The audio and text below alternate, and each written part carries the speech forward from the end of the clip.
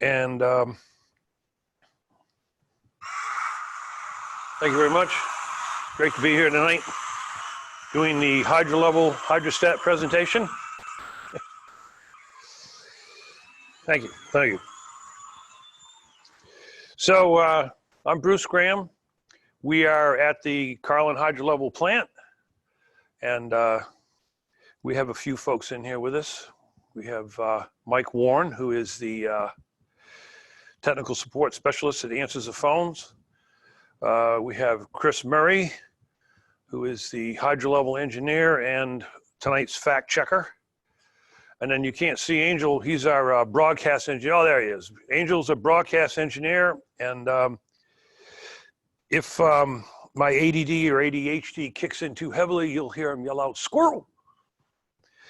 And then if I'm slouching, I need to stand up straight, you might see a green laser either come across my shirt or flash on the wall or something. So you folks are going to be muted during the presentation. You can say anything you want, we just won't be able to hear you. Jot down some questions if you have any, and then at the end, we're going to try to get through the presentation in an hour, and at the end, we're going to take questions, comments, whatever, and anything that I missed. So we're hoping that as we go along here, if I'm leaving something out, Angel will jump in. I just started a couple of weeks ago. I did read the manuals, so hopefully I understand what I'm talking about, but if I miss something, then, you know. Now Angel has left the building, so we're gonna wait for him to come back. Did you quit? No. Oh, okay. Okay, so you're gonna go ahead and get us started, Angel.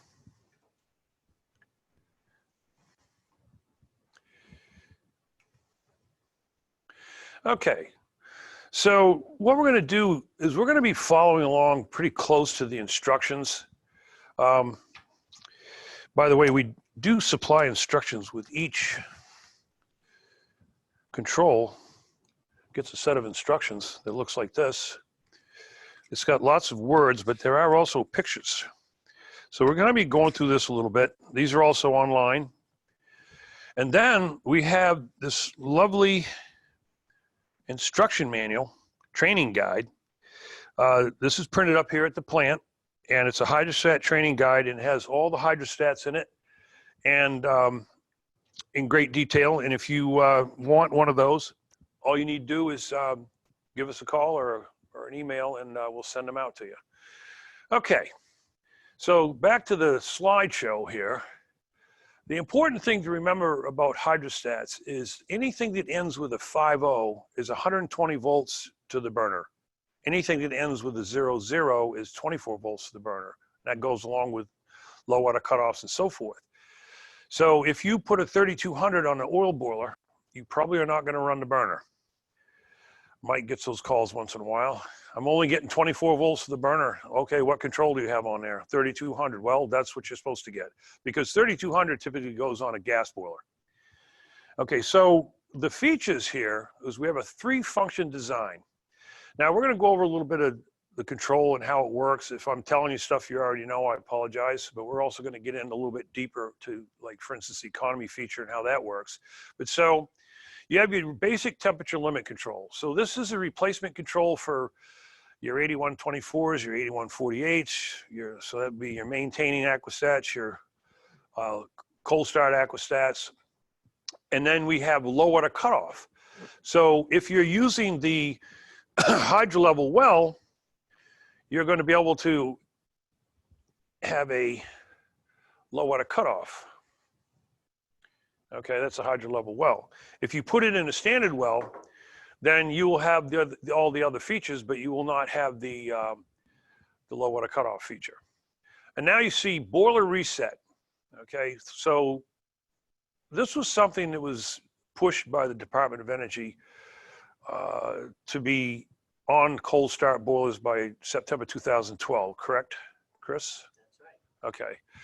And basically what we're doing is with this is we're trying to prevent the boiler control and the burner from driving to high limit on every single call. So we're going to explain how that works. So we have thermal targeting, and we also have outdoor reset if you want to use that.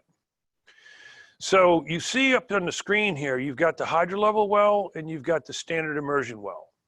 So when you put the control, and I'll show you how that mounts. When you put the control on a well, if the job is an existing well and it's a standard Honeywell well, you will have the temperature feature and you will have the outdoor reset, the thermal targeting feature, but you won't have the low water cutoff feature. So if you're using this as a replacement control and you're out on a job at Saturday night, you're not going to change the well. You're just going to put the control on there. You don't have to change the well. So what happens is when you boot the control up, the first thing it's doing is it's looking to see what well it's in. If it sees it's in the Hydrolevel well, then it activates the low water cutoff. If it's in a standard well, it does not activate the low water cutoff. You don't have to do anything else at that point, but we're going to explain to you a couple things that you can do to protect against grounding issues that you could run into with the old Honeywell well that could be filled with nasties and corrosion and heat transfer paste. Anybody ever use that? You probably still get it on your hands. Because you probably couldn't get the bulb out of the thing anyway, so. Okay. So in addition to mounting on a well, you can remote mount. So a lot of your smaller 3-pass boilers will mount either on one side of the jacket or the other. And if you look on the right-hand side of here, you'll see there's a pipe mount. Okay, so one way or another, you're going to get this thing on there. And then you'll also notice that there are multiple sensor lengths. And I always like to say the one there, this 20-foot sensor, that's for your customer that likes to play with the controls. So you could actually put the unit up in the living room next to the chair, and the customer could watch it go on and off, and he could change the dials and, you know, work it that way. But you can. We've had guys before in a large boiler room, they mount everything on the wall, so they got the 20-foot sensor if they need it. Okay.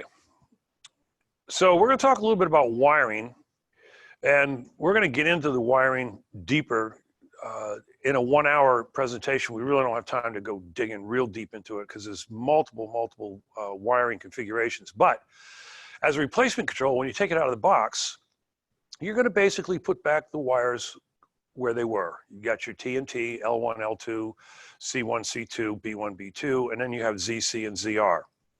And we're going to talk a little bit about how ZR and ZC work and why they're important.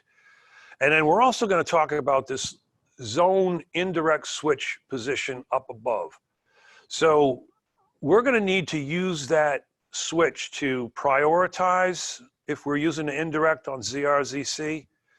And it becomes really important if we're using our economy feature, because by switching that to I for indirect, when we get a call from the indirect, we will not be in the economy mode. So we will not be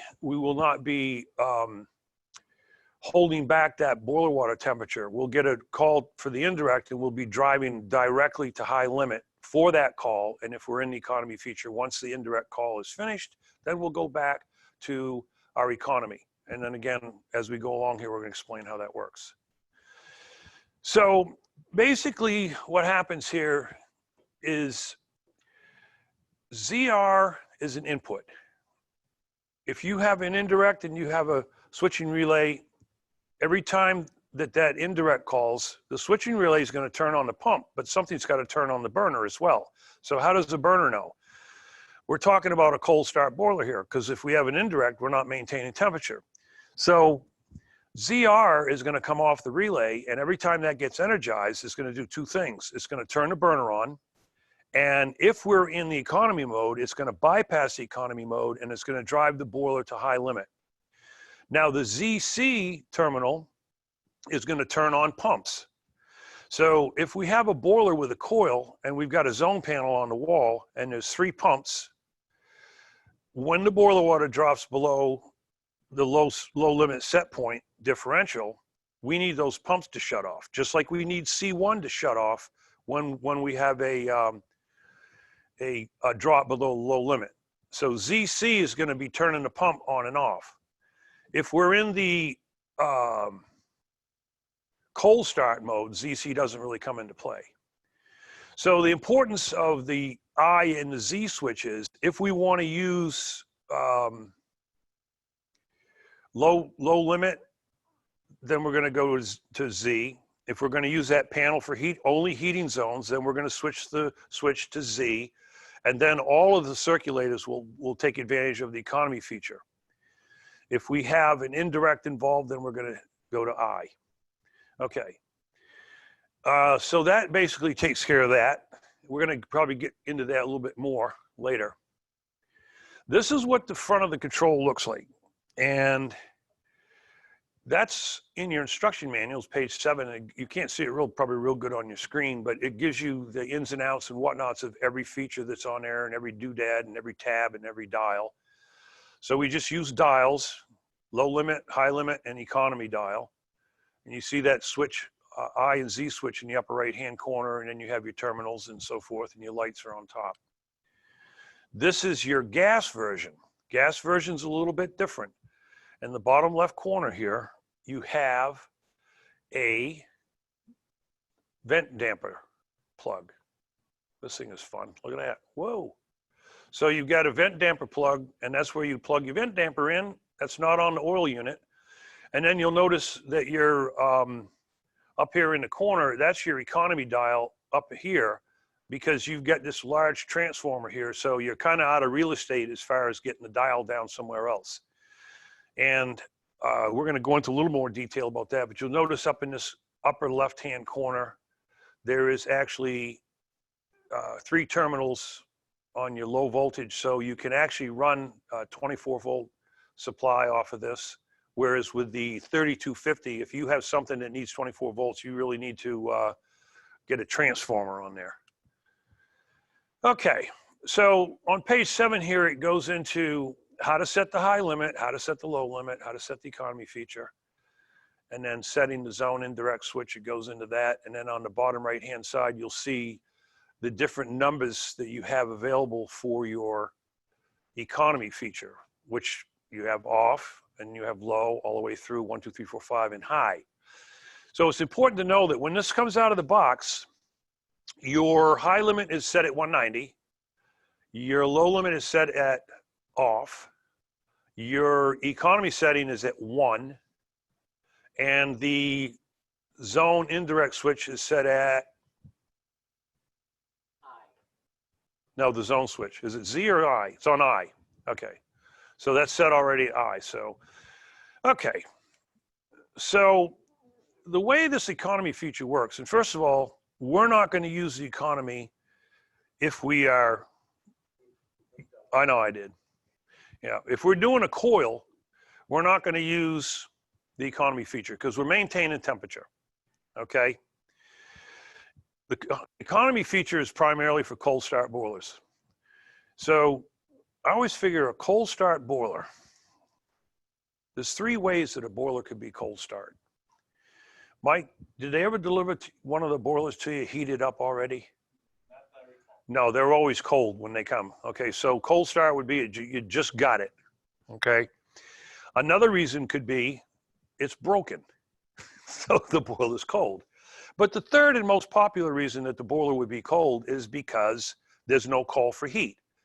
So that's the whole idea behind a cold start boiler. It doesn't run unless there's a call for heat or a call for hot water. So if it sits there long enough, the boiler water temperature is going to drop down to, as my buddy Alan Mercurio likes to say, ambient temperature or room temperature or somewhere below maybe 140 or 130 degrees. So the boiler is going to be, we're going to call that cold. Okay, so the sequence of operation is when you get a call for heat, we're going to fire the burner.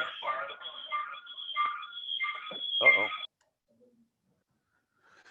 Okay, so I'm going to show you something right now, and Angel's going to help me here. When this control comes out of the box as a replacement, there's a little sticker up here that reminds you that there's a feature employed that's called circulator hold. We like to refer to this as the poor man's bypass. This is going to prevent the boiler from running, or I'm sorry, the circulator from running until the boiler water reaches 125 degrees. Once the boiler water comes up to 125 degrees, we're going to start the circulator. So when the boiler gets up to 145 degrees with the economy feature on, the burner's going to shut off. So if somebody's putting this on and they take it out of the box and they don't make any changes to it and it's a cold start boiler, the burner will shut off at 145 degrees and there will be a light on the top of the control that says target. And that light will light up and the burner will shut off. And then at that point, the pump will continue to spin until the water temperature in the boiler drops down to the differential, and then it'll fire the burner again. Now, if you look here, whoops, how about this? Okay. Notice that you have next to each one of these numbers, minutes. So if it's set at 1, it's going to work off that 145 differential number for 15 minutes. If the call or calls continue, we're going to get a boost, okay? And the boost is going to be that 10-degree boost. So as the call continues, if we don't satisfy the thermostats in 15 minutes, then we're going to bump the water temperature up to 155. That's going to be our target temperature. And then we're going to be working off a differential for another 15 minutes. And so forth. If the call continues for 15 more minutes, then we'll bump the temperature up to 165. So the philosophy behind this, according to as I got it extracted it from Chris's mind, was if the boiler went cold, there's no load on the house. So let's see if we can't satisfy the thermostat with 145 degree water. Or let's see if we can satisfy the thermostat with 155 degree water. And when you do that, you save money because you're not driving the boiler to high limit for every single call, and you're not leaving 180 degree water hanging around in the boiler, waiting around for the next call. This is not how I drive, but I kind of like to use this as an example. The old style controls, every time that there was a call for heat, it basically floored it. Okay, and then once it reached its desired speed, it let off the gas. Now, I have been out on the road with people before where the light turned green, and it could take them 10 or 15 minutes to get to the desired speed. I personally don't have the patience for that, but that person is getting much better gas mileage than I am as I, zip on up to the desired speed. I was doing a class in Gettysburg one day, and I was reminded of, I was trying to think, how can I explain this? It was 6 o'clock in the morning. I'm on Route 15, and we're driving along, and here's a light. I'm behind a dump truck, and this lady's beside me. Light turns red. Okay, the light turns green, and we're taking off. The dump truck's going real slow. She's going real slow. I can't get around her. Well, finally, she got out of the way. I got around the dump truck, and then we got up to the next light, and I'm up there waiting, and here she comes, up alongside me. It's like we got to the same place at the same, but I wasted a bunch of fuel to get there, and she didn't. So it's kind of way that this whole economy feature works. We're going to just let the boiler come up to temperature. Now, I like to explain, if we have any technicians that are going to be watching this, sometimes you have a customer that you're putting a new boiler in, and they're used to the thing running constantly. And you get a call back. This thing keeps shutting on and off. That's okay. That's good. It's not constantly running, run. So you have to use your own judgment as to whether you want to, whether you want to use this feature. If you think your customer is going to have a real hard time understanding how it works, and they're going to call you back and says, it's not working like the old one. And you're going to be like, yeah, it's not. It's saving you money. You can shut it off. If you have a copper fin tube baseboard system that's not designed nicely, I shouldn't say not designed nicely, because it's possible that some of these systems are designed to run at 180 degrees. And in some cases, if you run them at lower water temperatures, shoot fly. if you run them at lower water temperatures, you might have sections of the house that aren't heating properly, or in some cases you can't find the baseboard because there's chairs and rugs and curtains and furniture of all kind in front of the baseboard. So you're not getting anywhere near the BTUs out of the baseboard that you should be getting. So you have to run higher boiler water temperature. So if you put a new boiler in, you gotta have to kind of look at that situation. My opinion is this works awesome when you have adequate radiation in the house. Cast iron radiators, which are, a lot of times are designed to run at 140, 150 degrees to begin with. Old gravity systems that would run at lower water temperatures. So the way it works is once you get to a certain boiler water temperature and that water temperature satisfies the zones, at that point, the system is going to start auto-reducing the next target temperature call. So when the unit shuts off, it automatically knocks 5 degrees off the set point or the target temperature. So let's say we finished up at 165. The next time I get a call, my target will be 160. If I'm off for a half hour, my target will be 155. If I'm off for another half hour, my target will be 150. So the reason for that is if you've been in your house when it's really, really cold, your system is coming on, off, on, off, on, off. That's like you're going up a hill. You're running because you're not going to save fuel when it's freezing outside. Well, I mean, you're going to save some fuel, but you got to run the thing because the house is freezing. But during your spring and your fall, if you're off for an hour, there's no load on that house. So we're just going to let the water temperature target just keep dropping down. So the last thing I'm going to say about this on this particular page here is I was doing a training class in New York. Forget about it. And these guys were asking me, here's the problem. We put a brand new boiler in. There's 2 zones, which is the control tells you to set it on 2. And their complaint was, you know, they fired the thing up. It came up to 145 degrees. They're packing up, they're cleaning up the job, and then they leave. Okay, so 20 minutes later, it bumps up to 155 degrees. And the lady of the house is going like, I don't get it, you know. It's freezing because the heat's been off all day. The radiators are cold, and they're not warming up as fast. There must be something wrong. What have you done? It keeps shutting off. It should be running until things get warm.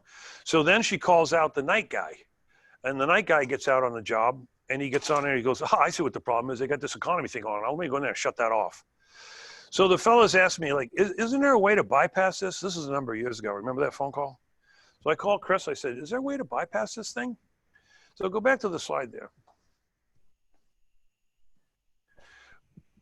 See on the bottom right hand, it says bypass from a cold start. So there's a jumper in the upper right-hand corner. I'm going to back up to that just for a second. It is up there where it says, you can't see it. See, it says jumper. There you go. It's there. Jumper B. Okay, and it does tell you in the instructions that what jumper B does is it keeps the boiler, the low limit from being turned up higher than 140, and that's the Department of Energy didn't want you turning up the low limit higher than 140 on a cold start boiler. So what you can do is you remove the jumper, and then you turn the low limit up to 160, 180, and the boiler will respond to that call. And on that first call for heat, it will drive the boiler to that call. And then because it's a cold start boiler, you now have to go back and turn the low limit all the way back to off. So on your first call for heat, or if you're repairing the boiler at night and it's been off and you don't want the customer to have to wait, because the control doesn't know that it's not warm out. It's cold out, but the control doesn't know that because it's looking at the operation, how long it's been running, how long it's been calling, and so forth. So this is a little trick to bypass that feature. So if you don't want to use outdoor reset, the indoor reset, or thermal targeting as we call it, you can use outdoor reset. And we have a wired outdoor reset and we have a wireless outdoor reset.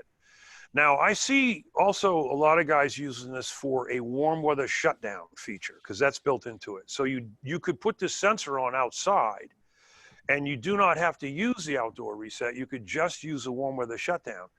A lot of times where we see that is landlord-tenant situation where he's got a couple apartments and he doesn't want the people running the heat when it's warm out and they got the windows open, or the guy that runs the thermostat downstairs doesn't realize he has the heat on, so the guys upstairs, they got the windows open.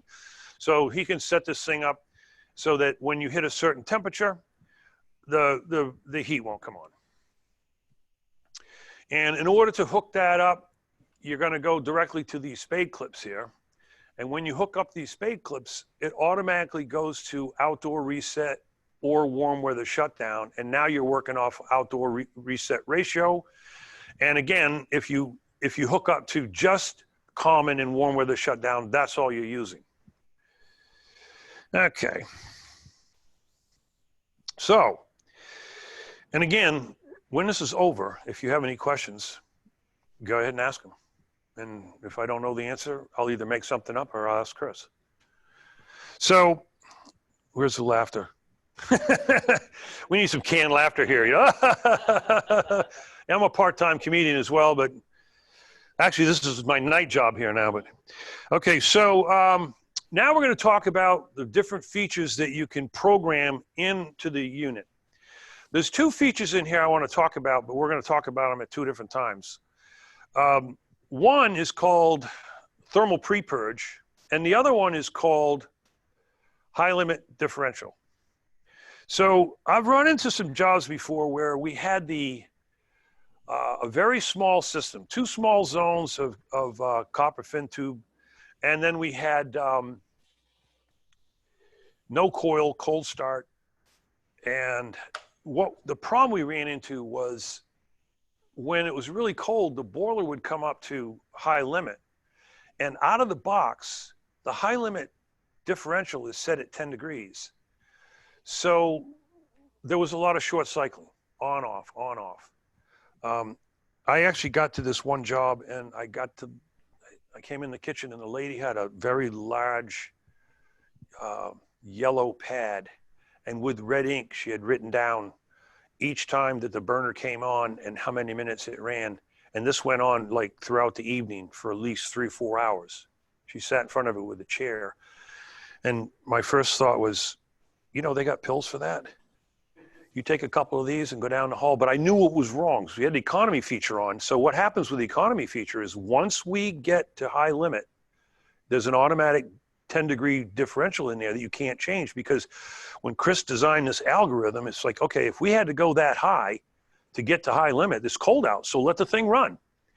So in this case, the economy wasn't really working well for her. So what we did was we shut it off to stop the short cycling and let this lady get some sleep.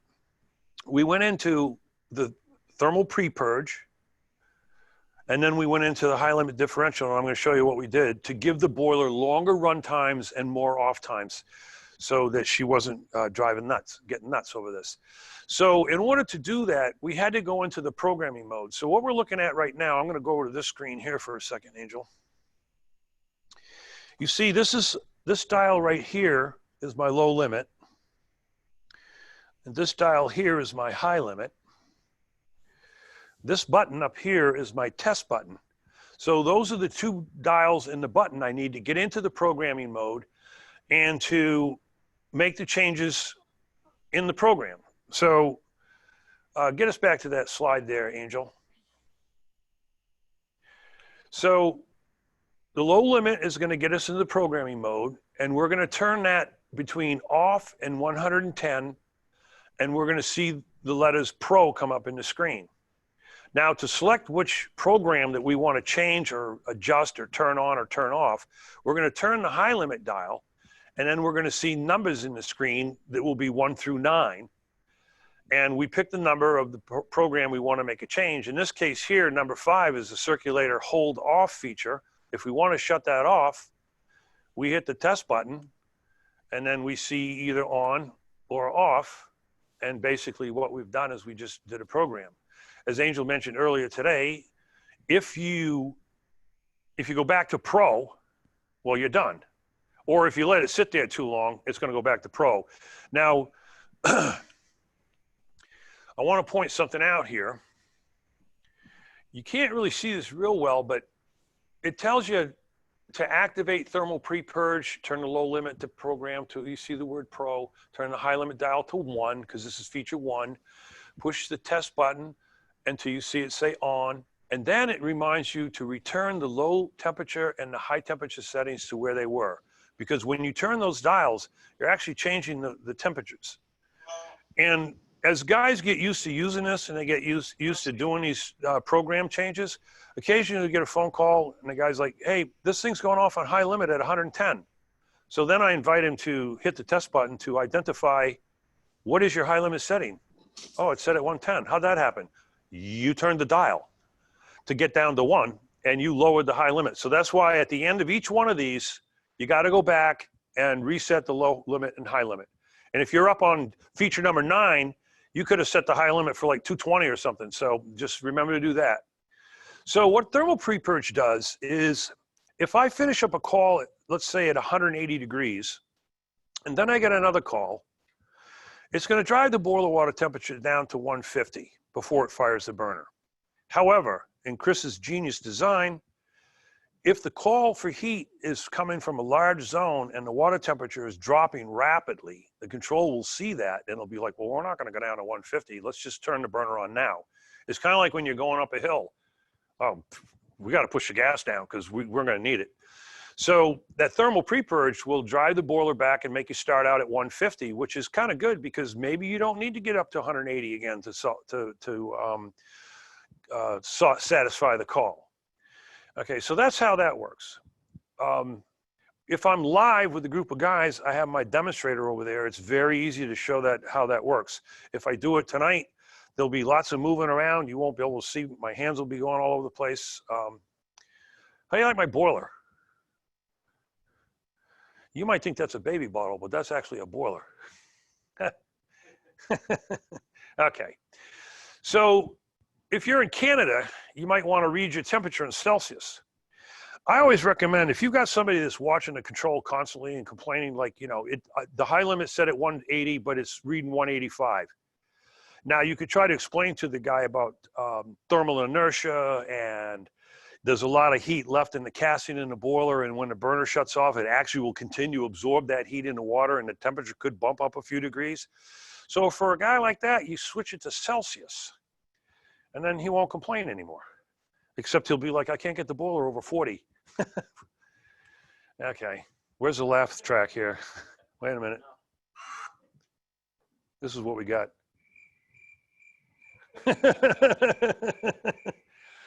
Okay, so all right, you guys. So thank you very much. So we have a feature built into this too, where you can have a manual reset low water cutoff. So when it comes out of the box, the way the low water cutoff is going to work is if you somehow lose water, you're going to shut the unit down and you're going to get a red light that says you're off on low water. If the condition is corrected, then the burner will go ahead and come back on again without any attention from you. However, let's say, for instance, you have a house that serves as a barber shop, which if you're lucky, it will be open. If you look at my hair, you can tell that I haven't been to one in a while. Yeah, it's a little Einstein thing going on here. I was telling the guys I was doing some electric work in the basement and I was sure the breakers were off, but oh boy. Yeah, so if you're in a residence that has some sort of commercial application going on, you have to have a manual reset low water cutoff. So that means if you go off on low water for any reason, this control is going to have to be manually reset before this thing's going to go back on again. And it tells you how to set that. This is all going into the program. Pro, the number, hit the test button. Okay. As a matter of fact, let's do that, Angel. Yeah, so all right, Chris, so you tell me what number the low water cutoff feature is. 6? No. The manual reset. 4. Is it? He said low water cutoff. Manual reset low water cutoff feature. Okay, so I'm in the pro mode. So we're going to go to the instructions because, like I said, I've only been doing this for a week. Okay, that's number 3.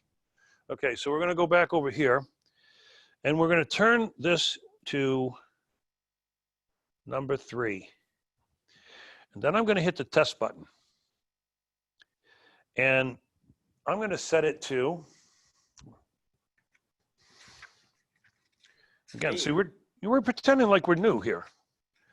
Okay, so if I look in the instructions, it tells me that B is going to be manual reset. So I did that. And now I'm going to reset my control. This is off again. I'm going to put my high limit back up to 180. Okay. And now I'm going to create a low water condition. I'm going to do it by removing this sensor out of the boiler. There it is. Now, if you could identify this, you can't really see this light up here, but there is a red light.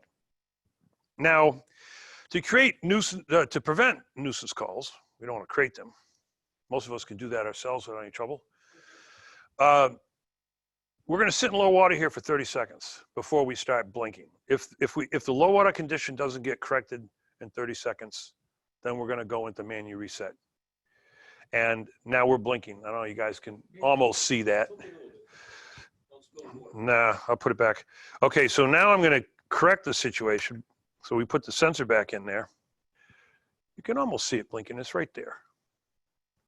Okay, now in order to get this out of this condition, I must reset it, which I did. So we're good. Okay, thank you. Oh, wait a minute. Slouching. Thought you guys were doing that. Okay. All right, so let's move on to the next feature. All right, okay, what a tough crowd here tonight, man. I'm telling you, you guys are really, give me a break here, okay? Okay, so circulator activation options. I've used this once in my life, Chris. This allows you to turn C1 on, C1 and C2, and be able to turn on the circulator with ZR. Had a guy put in a gas burner in a cold start Columbia dry base boiler. And I said, you're taking the control off of this. He wanted me to come help him start it up. And I said, okay, fine. But you got cast iron radiators, you got a dry base boiler, you got cold start. And I said, you're going to have to put the control on there because we're going to use the circulator hold feature, et cetera, to try to prevent too much condensation in the boiler. Well, he tried to get the chimney line, but they couldn't get a liner in it. So he got a power venter. And because it's now gas, he got a gas control. So now he needs 24 volts when he should have got an oil control for the power venter. So we were able to take a fan center. Now, he had no idea what I was doing with the wiring, but we got a fan center so we could power the control up with the 24 volts. And then we hooked the thermostat up to the fan center. And then when that happened, it pulled in the relay, the 120 volt relay on the fan center and closed 120 volts to ZR, which normally would just simply turn the burner on, but we programmed it so that it would also turn on the pump. And I'm thinking, how slick is that? The other situation was, yeah, right. Wow. Woo-hoo.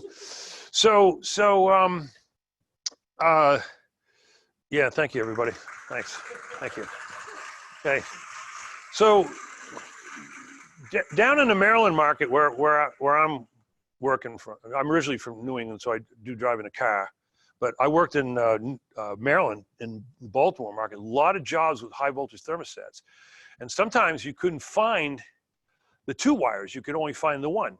So 120 volts is a fly around here. If you see me doing this, it's like I'm not doing the bead dance or anything. But so what would happen is they would send 120 volts to the emergency switch from somewhere, and then it would come down to the boiler, and there would be just 1 wire.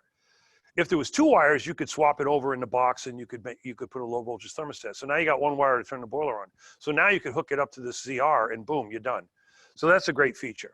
Now below that, you see the circulator hold off enhanced condensation protection.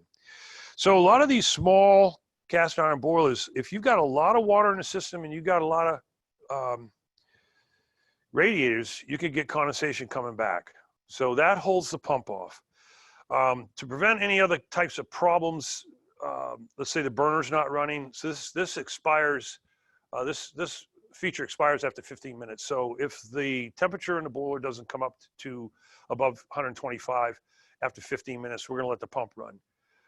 And that's our lawyers say that that's not freeze protection. However, if water's moving around the perimeter of the house, it's less likely to freeze. That feature turned on?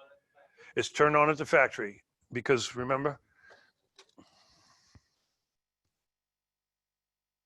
we got this little sticker in here that reminds people. So don't get upset if it doesn't come on.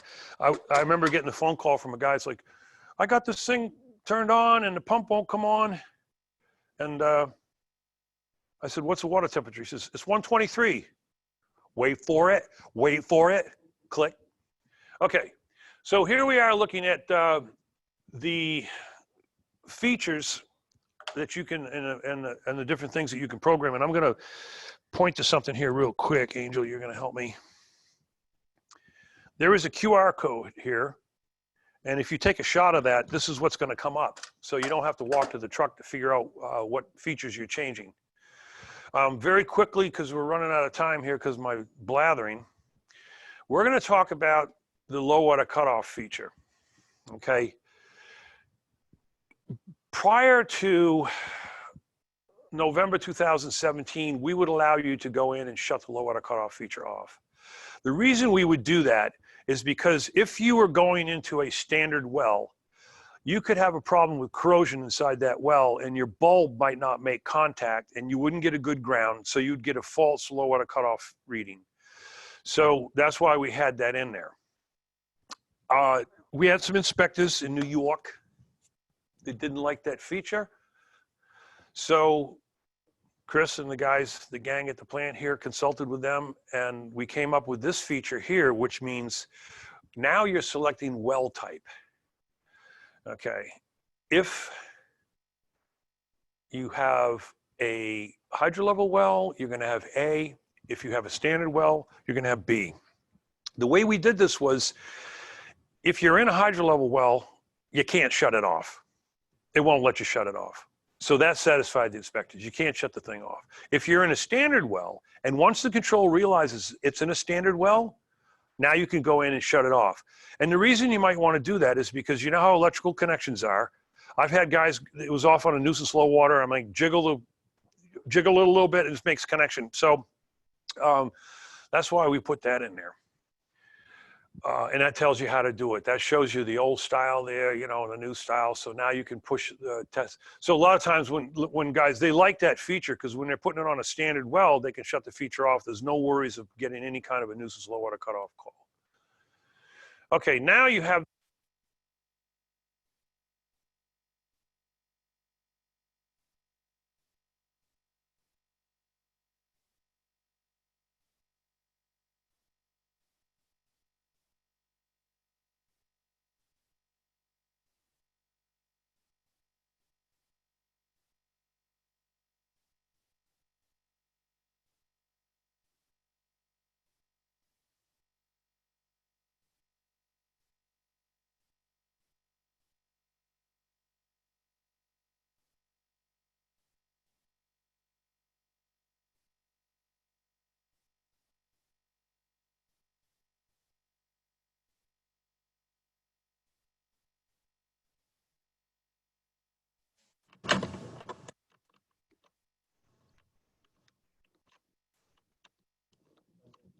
No.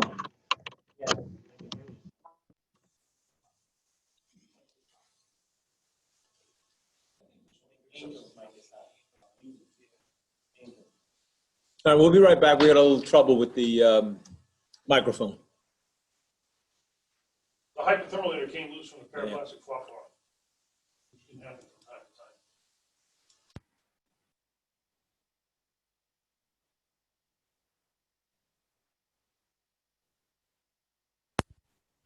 Can you hear me now? Yep, I got you. Okay. Sorry, folks. Okay, let's get back to business here. High limit differential, we got that covered. There is one other thing. If you want to turn this thing all the way back to factory defaults, you go to the thing that says DEF, and then you hit that, and it goes back the way it came out of the box. Okay. Lastly, I'm going to demonstrate this over here, Angel. Can you do it? Yeah. Okay. I can come in on a job and I can look at what my settings are without touching the dials. So when I hit the test button up here, you'll see it's displaying the high limit temperature. If I hit the test button again, it will display the low limit temperature setting, which is off. If I hit it again, it will display what my economy feature is set at. And if I hit it again, it will give me my target temperature of where my target temperature is. So, yeah, this is one doesn't reach as good. Okay. So, Angel, Mr. Broadcast Engineer. Thank you. Thank you very much. It's getting close to 6 o'clock. We're falling apart here. Okay. There is a picture of a guy with his fingers turning the dials. Now, I did get a call from a guy one time saying, if you look at close inside this control, real quick, Angel. Okay. If you look inside this control here, if real close, you can't see it, but there's little numbers in there. And I had a guy call me and he's like, how the heck can you see those numbers in there? And I was like, well, turn it on. And then all of a sudden, when he turned the dial, the screen displayed the temperature. He goes, hey, that's pretty slick. I'm like, yeah, so do it that way. Okay. The other thing that we have in this slide is up here we have what we call a decimal point right there. Right there. It's in the bottom corner. I could probably do it over here.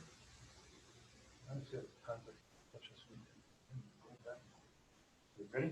I'm going to start a cold preheat, and then you see the decimal point down there. That's helpful when troubleshooting with guys on the phone.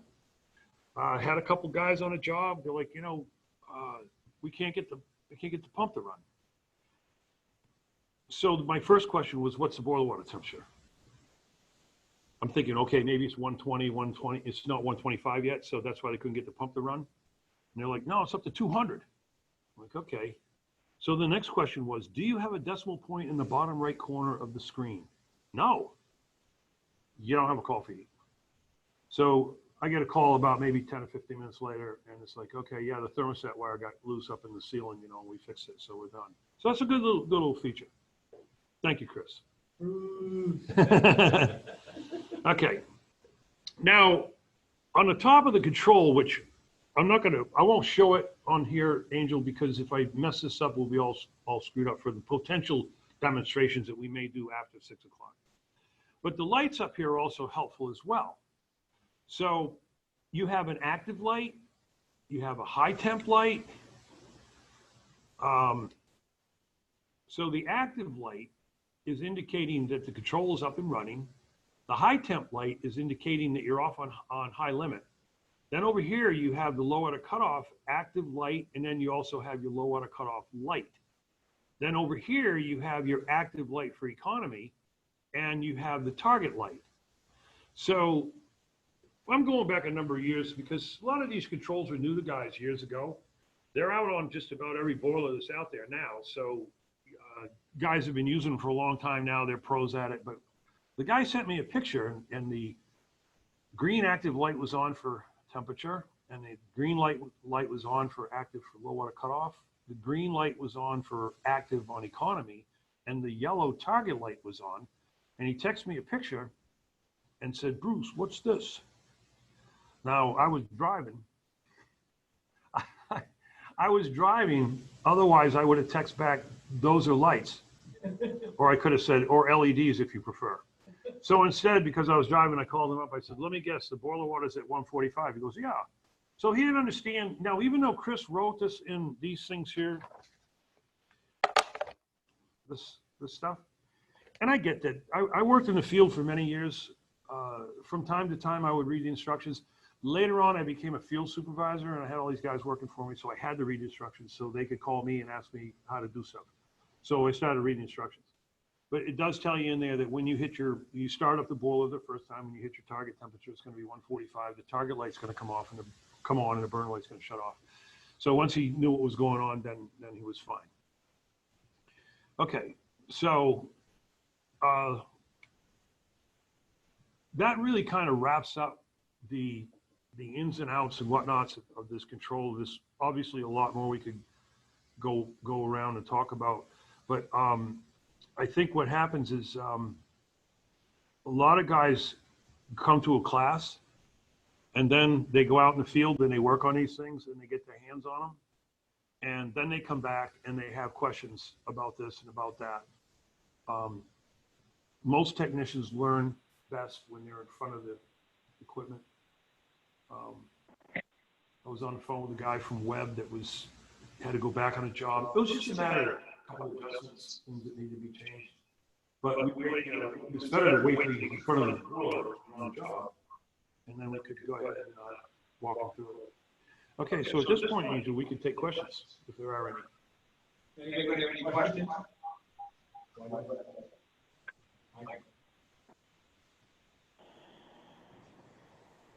Any questions for Bruce from anybody?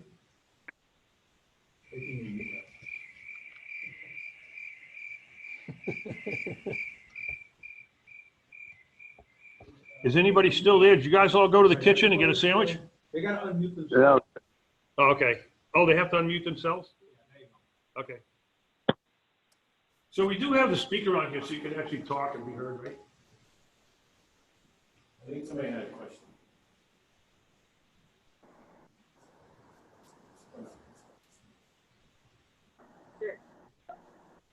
Nobody has any questions, and we get to go home early.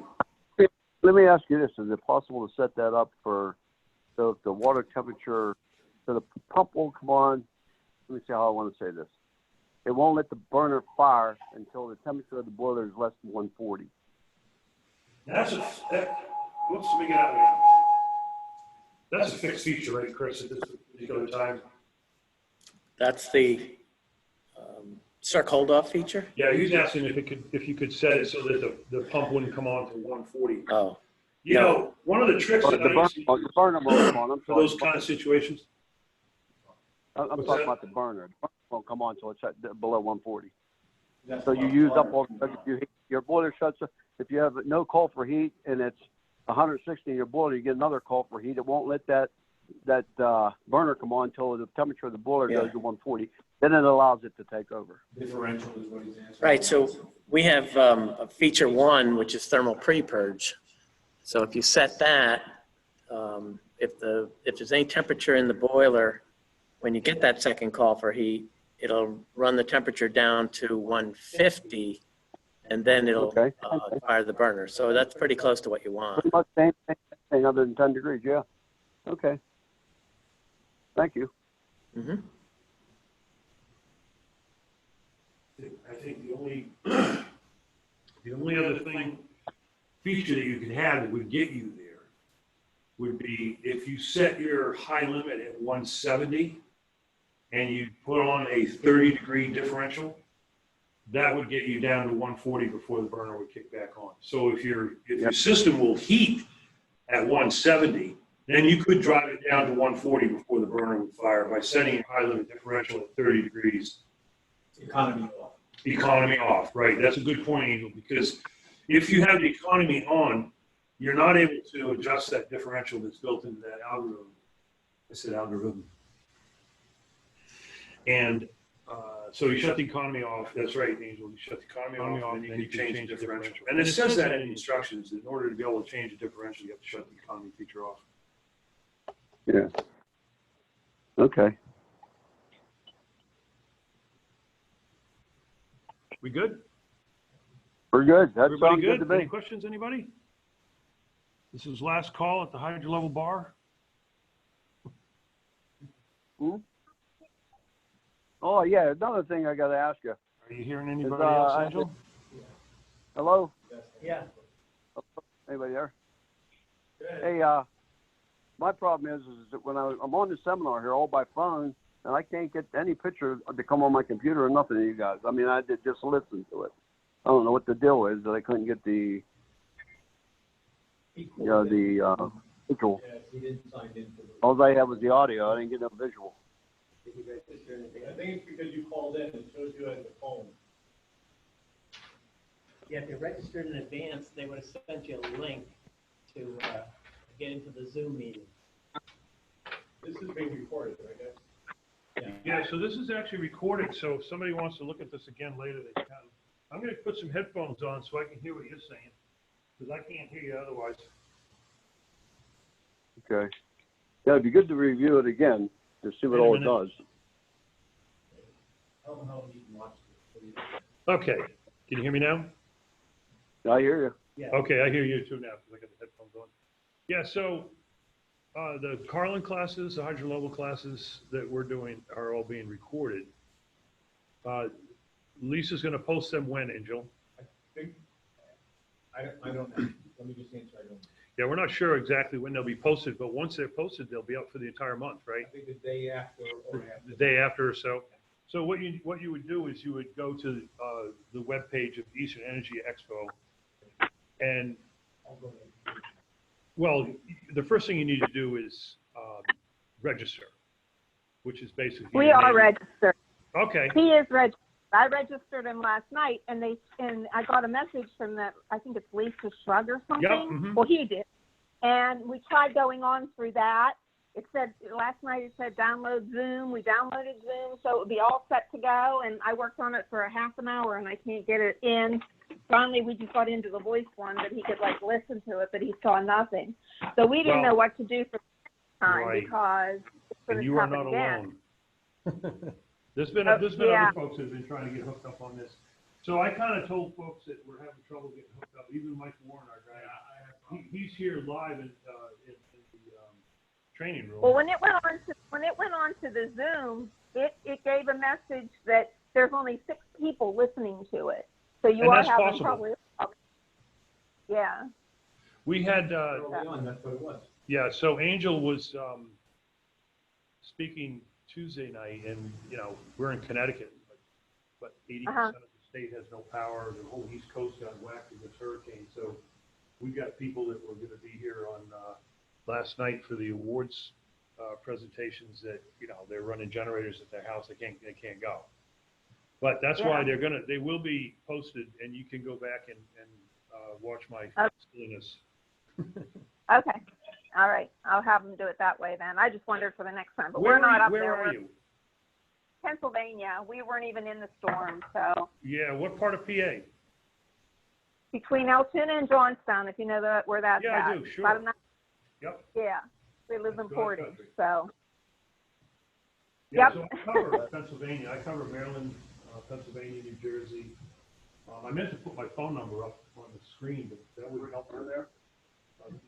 Because you can't see it. Are you? Is Bruce Graham there? What's that? Is Bruce Graham there? That's me. Yeah, so the last seminar I saw from you was on Cherry Road out in Lansdale, Quakertown. Okay. I went. You had classes on gas and burners and oil burners. At Dynatherm? Yes. Okay, well, exactly. if I saw you, I know who you are then. Yep. Well, good. So I think we're going to wrap this up. Right, Angel? I'm going to try and put the phone number up. He can't see it. He Hey, knows Bruce, who I one am. question there, too. Are you gonna send this to OSHA? I mean to OSHA, Nate and Nora. It's going to be so we- posted on OESP, but through the Eastern Energy Expo, correct, Angel? He's asking if there's NORA credits for this. If he registered online for the class and logged in, he's going to get credit. But if he wasn't able to log in, I can't guarantee how that's going to work. Let me see what I can do for you after the fact, okay? If you can't, Hey, Bruce, how is It you? asks for the numbers when you register for it. It asks you for your numbers for Nate and Nora.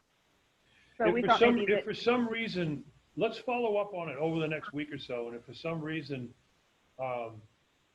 it didn't go through for you on Nate and Nora, I'm sure that we can get you fixed up because they're pretty reasonable on that sort of thing. You made every effort to attend, Yes. Okay, so we're going to go Okay, ahead and wrap it up, Angel, right? Yep. All right, you guys have a good night. Hey, Bruce, Thank I thank you. Thanks. Bye.